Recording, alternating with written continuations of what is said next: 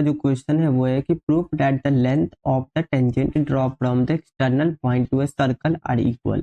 मतलब यहाँ पर ही हमें दो क्वेश्चन दिया हुआ है, जिसमें पहला पार्ट में हमें ये प्रूव करना है कि जो टेंजेंट का जब हम सर्कल से अगर एक्सटर्नल पॉइंट से जो टेंजेंट ड्रॉ करते हैं वो इक्वल होना चाहिए। ठीक है। और दूसरा हमें बोला है कि यूजिंग अबव रिजल्ट, उस रिजल्ट का यूज करके हमें ये लेंथ जो होता है BC of A triangle ABC, जो given that a circle is inscribed in a triangle ABC, यानी एक सर्कल जो होता है, ये जो सर्कल है, ये सर्कल क्या है, इस ट्रायंगल में इंस्क्राइब्ड है, मतलब अंदर में है। ठीक है। जो टच कर रहा है AB AB पे और BC पे CA पे, जिसमें AB पर कौन से पॉइंट पे, R पॉइंट पे टच कर रहा है, BC पर कौन से पॉइंट पर, T पॉइंट पे टच कर रहा है, और CA पर कौन से पॉइंट पे टच कर रहा है, तो Q पॉइंट पर टच कर रहा है रिस्पेक्टिवली। अब यहाँ से AB का लेंथ दिया हुआ 10 सेंटीमीटर, AQ का लेंथ दिया है 7 सेंटीमीटर, CQ का लेंथ दिया है 5 सेंटीमीटर। चलिए तो हम क्या करते हैं, सबसे पहले ये पार्ट प्रूव करते हैं, नेक्स्ट जो होता है हम अगले पार्ट पे प्रूव करेंगे। तो चलते हैं, तो यहाँ प्रूव करते हैं कि proof that the length of the tangent drawn from the external point to a circle are equal. तो देखिए यहाँ पर क्या होता है कि हम कंस्ट्रक्शन का काम इसमें कर लिए, क्योंकि यहाँ पर ड्रॉ करने में थोड़ा टाइम लगता है, तो हम पहले से ही ड्रॉ करके फिगर को यहाँ पर ही लाए हैं। तो यहाँ पर क्या होता है कि ये पार्ट हमारा कंस्ट्रक्शन का पार्ट है। मान लेते हैं यहाँ पर O है, और ये A है, ये B है, और यहाँ पर ये C पॉइंट है, और ये क्या है कि AO को जो होता है हम पहले से ही ज्वाइन कर दिए, क्योंकि ये कंस्ट्रक्शन का पार्ट है, लेकिन पहले से ज्वाइन कर दिए।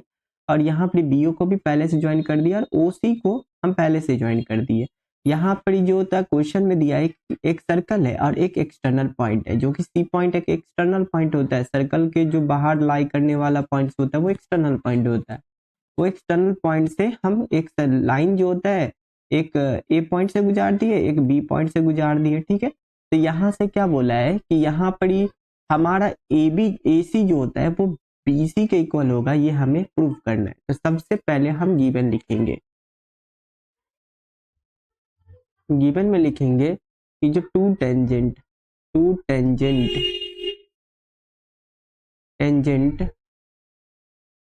यहाँ पर ही हो जाएगा AC एंड BC जो होता है, दो टेंजेंट है, are drawn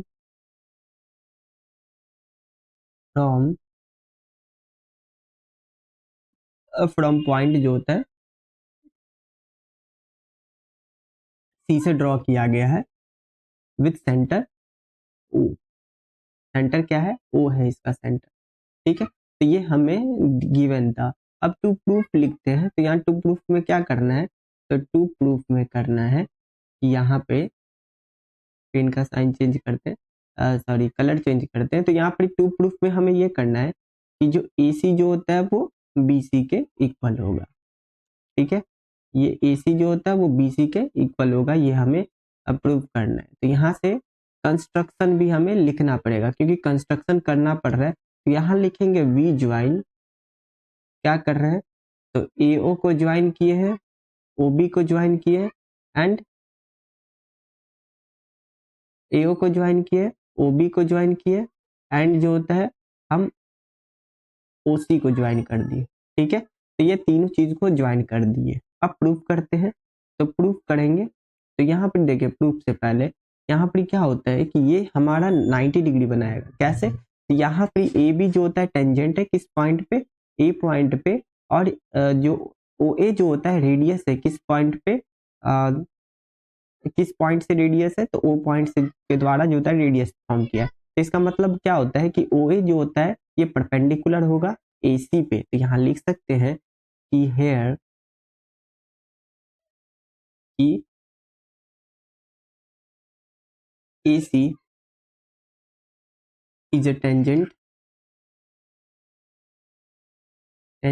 at point A पे। एंड दूसरा चीज क्या बोला है कि एंड जो होता है यहाँ पर OA जो होता है इज द रेडियस थ्रू इसके द्वारा है A पॉइंट के द्वारा। तो यहाँ से हम लिख सकते हैं क्या कि जो OA जो होता है ना वो परपेंडिकुलर है AC पे। ठीक है। सिमिलरली हम ये भी लिख सकते हैं, सिमिलरली सिमिलरली सिमिलरली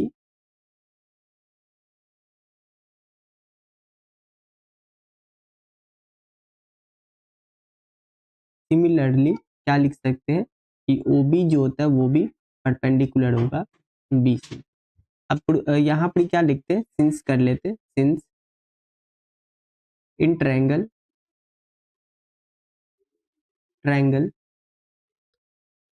कौन सा ट्रायंगल, एक ट्रायंगल इसको कंसीडर करते हैं, एक ट्रायंगल इसको कंसीडर करते हैं, क्योंकि जब हमें अगर इसको कन्ग्रुएंट करना है तो कन्ग्रुएंट करने के लिए दोनों को डिफरेंट डिफरेंट ट्रायंगल लेना पड़ेगा ताकि कन्ग्रुएंट होके ये हमारा साइड इक्वल हो जाए। तो चलिए करते हैं इन ट्रायंगल। एक ट्रायंगल लेते हैं ए सी ओ एंड दूसरा ट्रायंगल लेते हैं बी बी सी ओ। दो ट्रायंगल ले लिए। अब यहाँ से क्या करते हैं, तो देखिए ये ओ ए जो होता है ओ बी के इक्वल होगा, क्यों, क्योंकि ये रेडियस है, रेडियस पे सर्कल, ओ ए जो होता है वो इक्वल टू ओ बी, क्यों, क्योंकि ये रेडियस है, रेडियस ऑफ सर्कल। अब रेडियस तो हमेशा इक्वल होगा ना, सर्कल का रेडियस थोड़े चेंज होगा। इसके बाद ओ सी जो होता है ओ सी के इक्वल होगा, क्यों, कॉमन है, ठीक है, कॉमन है।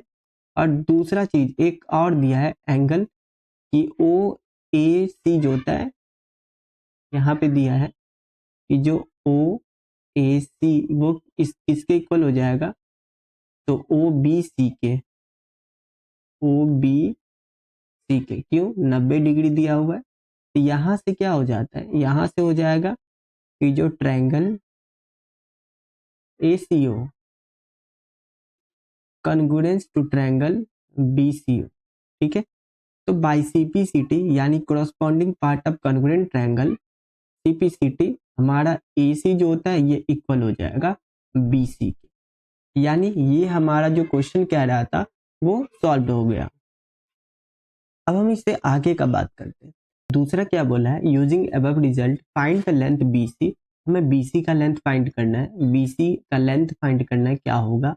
और यहाँ पर बोला है triangle ABC given that a circle is inscribed in ABC triangle. इस सर्कल इसमें इंस्क्राइब्ड है, ट्रायंगल में इंस्क्राइब्ड है, ठीक है। और यहाँ से बोला है कि AB जो होता है 10 सेंटीमीटर दिया है और AQ जो होता है 7 सेंटीमीटर दिया है। यानी हमारा AB जो होता है वो कितना सेंटीमीटर दिया है, तो 10 सेंटीमीटर दिया है और AQ जो होता है वो कितना सेंटीमीटर दिया है, तो 7 सेंटीमीटर दिया है। और यहाँ CQ जो होता है वो भी दिया है 5 सेंटीमीटर, ठीक है। इतना चीज हमें दे रखा है। तो इसमें लिख सकते हैं क्या कि वी नो दैट क्या लिख सकते हैं कि जो length of A tangent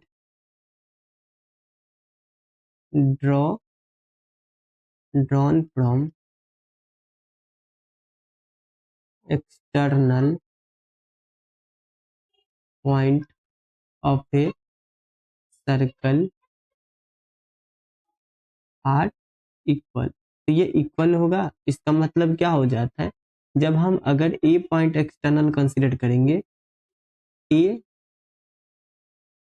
consider as a external point, ठीक है। तो यहाँ पर क्या हो जाएगा कि ए आर जो होता है वो किसके इक्वल हो जाएगा, ए क्यू के। उसी प्रकार जब हम सी को कंसीडर करेंगे,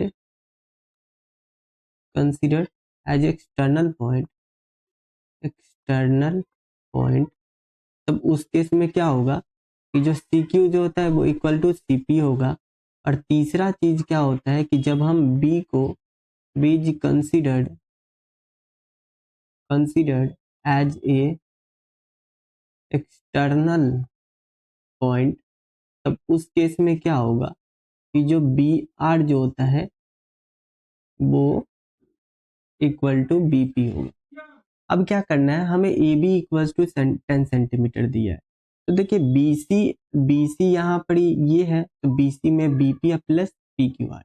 यहाँ बोला है कि AB जो होता है वो 10 सेंटीमीटर दिया, यानी AB 10 सेंटीमीटर दिया है तो ए बी अगर 10 सेंटीमीटर दिया है, A B equals to 10 centimetre, इसका मतलब ये होता है कि ए बी किस किस चीज से मिलकर बना है, ए बी मिलकर बना है ए आर प्लस का B R equals to 10 centimetre. ठीक है, अब यहाँ पर ही देखें तो बी आर का वैल्यू दिया हुआ है क्या, यहाँ पर ए बी का वैल्यू 10 सेंटीमीटर है, बट यहाँ पर जो होता है ए क्यू का वैल्यू दिया हुआ है। अगर मान लीजिए ए क्यू का वैल्यू 7 सेंटीमीटर दिया हुआ है, इसका मतलब क्या, ए क्यू किसके इक्वल है, ए क्यू जो होता है वो क्यू किसके इक्वल है, ए आर के इक्वल है। तो ए आर के जगह ए क्यू लिख सकते हैं क्या, ए क्यू प्लस का B R equals to 10 centimetre, है ना। अब यहाँ से हमें बी आर का वैल्यू प्राप्त हो जाएगा, तो B R equals to 10 centimetre minus का, अब इसका कितना था 7 सेंटीमीटर, तो 7 सेंटीमीटर इक्वल्स टू 3 सेंटीमीटर आ जाएगा। अब ये हमें मिल गया कितना, तो बी आर मिल गया 3 सेंटीमीटर, ये 7 सेंटीमीटर है, ये भी 7 हो गया, तो ये 3 हो गया, तो ये भी 3 सेंटीमीटर हो गया। यहाँ से क्या हो जाएगा, जो बीपी होता है वो भी हमारा 3 सेंटीमीटर हो जाएगा। तो बीपी जो होता है वो किसके इक्वल हो जाएगा, तो यहाँ से हमारा बीपी जो होता है वो इक्वल हो जाएगा कितने के, 3 सेंटीमीटर। अब यहाँ बोला है कि ए क्यू यानी सी क्यू का वैल्यू है 5 सेंटीमीटर। ठीक है, सी क्यू का वैल्यू 5 सेंटीमीटर है, तो पी सी का भी वैल्यू कितना हो गया, 5 सेंटीमीटर हो जाएगा। इसका मतलब ये हो गया यहाँ से कि जो B C equals to B P plus का पी सी, यानी बी पी का वैल्यू कितना है 3 सेंटीमीटर और पी क्यू का वैल्यू कितना है तो 5 सेंटीमीटर, तो टोटल मिला के 8 सेंटीमीटर हमारा आंसर आ